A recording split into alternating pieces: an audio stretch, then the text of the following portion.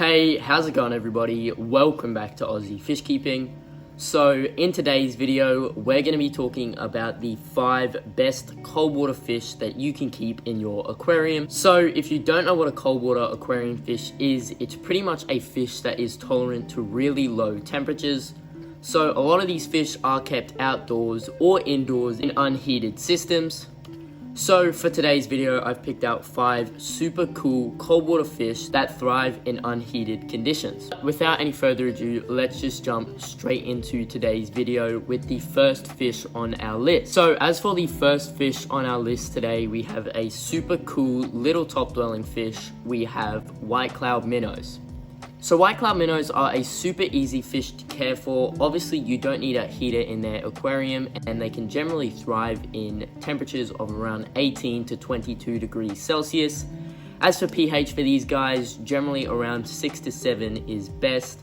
But other than that, they aren't too fussy when it comes to water parameters, and as long as you have pretty stable pH, you should find these guys thrive in your aquarium. As for diet, these guys are pretty small, so generally pretty small dry foods or live foods like baby brine shrimp or mosquito larvae are generally best. So these guys are a super peaceful fish, and they can actually go with a wide variety of different tank mates.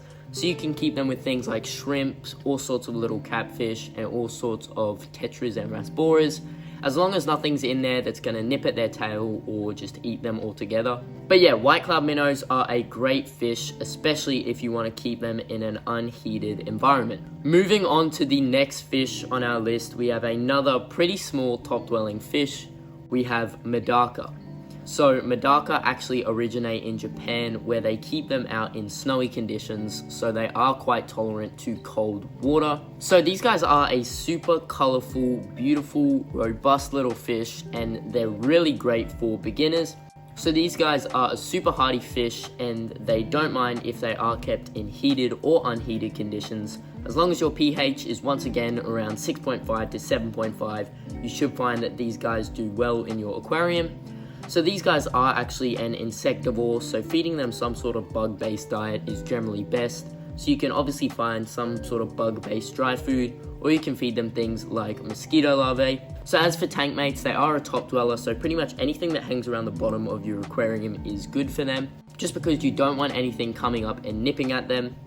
This can obviously stress them out a lot, and these guys are actually prone to jumping when they are stressed out.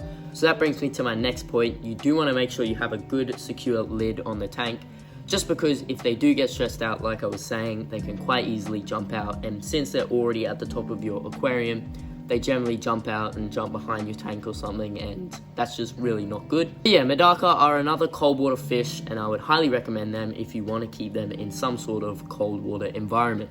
Moving on to the next fish on our list, we have a super colorful little fish. We have Rosy Bubs.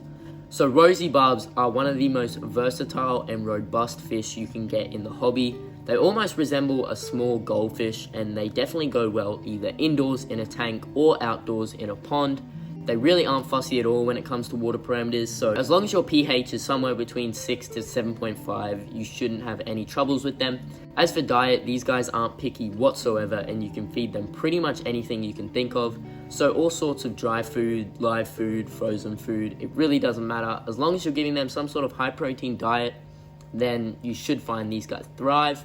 So it's also good to give them some high protein diet, because it will make their colors pop a lot more, and you can get some really nice colored Rosy Bubs out there. So you can get chili glow light Rosy Bubs, or you can get just your regular Rosy Bubs, both of which are super beautiful fish, and if you are feeding them a nice high protein diet, you will find that they color up super nice in your tank.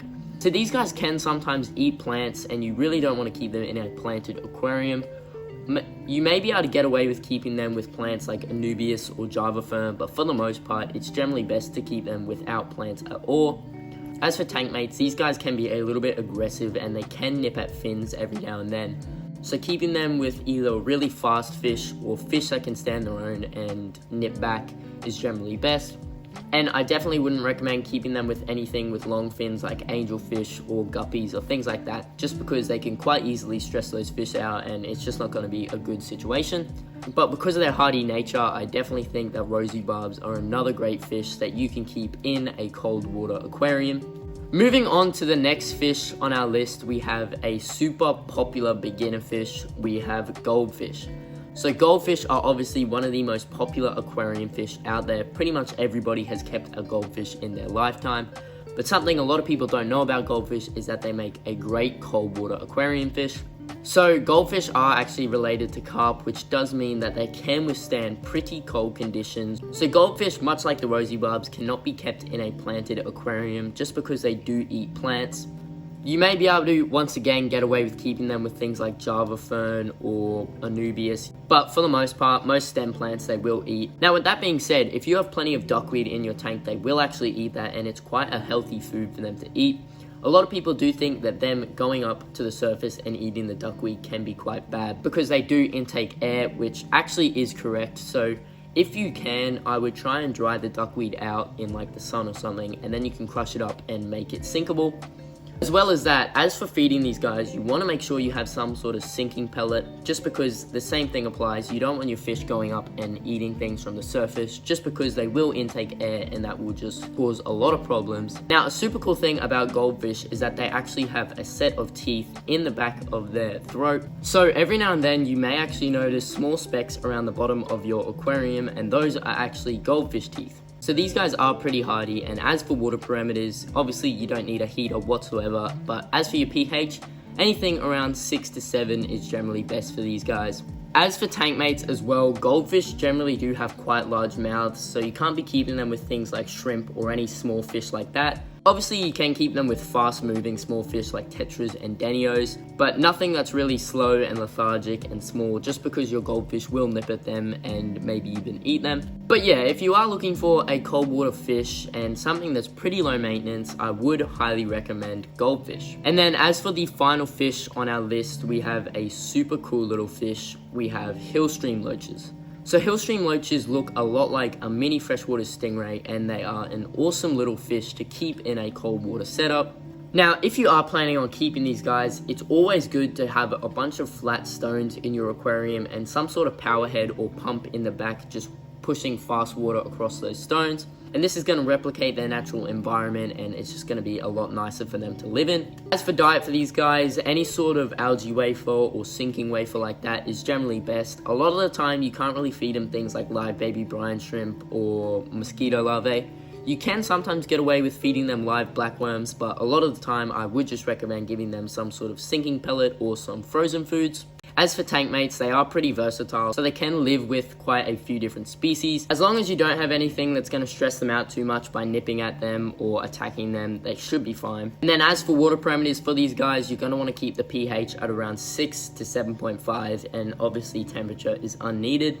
But yeah, I definitely think that Hillstream Loaches make another great addition to any cold water aquarium, and I would highly recommend them. But with that being said, that is going to bring us to the end of today's video, so I hope you all enjoyed, and I hope I helped you guys find a brand new cold water fish for your aquarium. If you did enjoy today's video and you haven't done so already, make sure to go down and subscribe, and while you're down there, smash the like button and comment your thoughts on today's video. I always love going down there and reading them all, and I try to reply back to as many as I can. But with that being said, I hope you all enjoyed. Thank you all so much for sticking around to the end, and I'll see you all in that next video.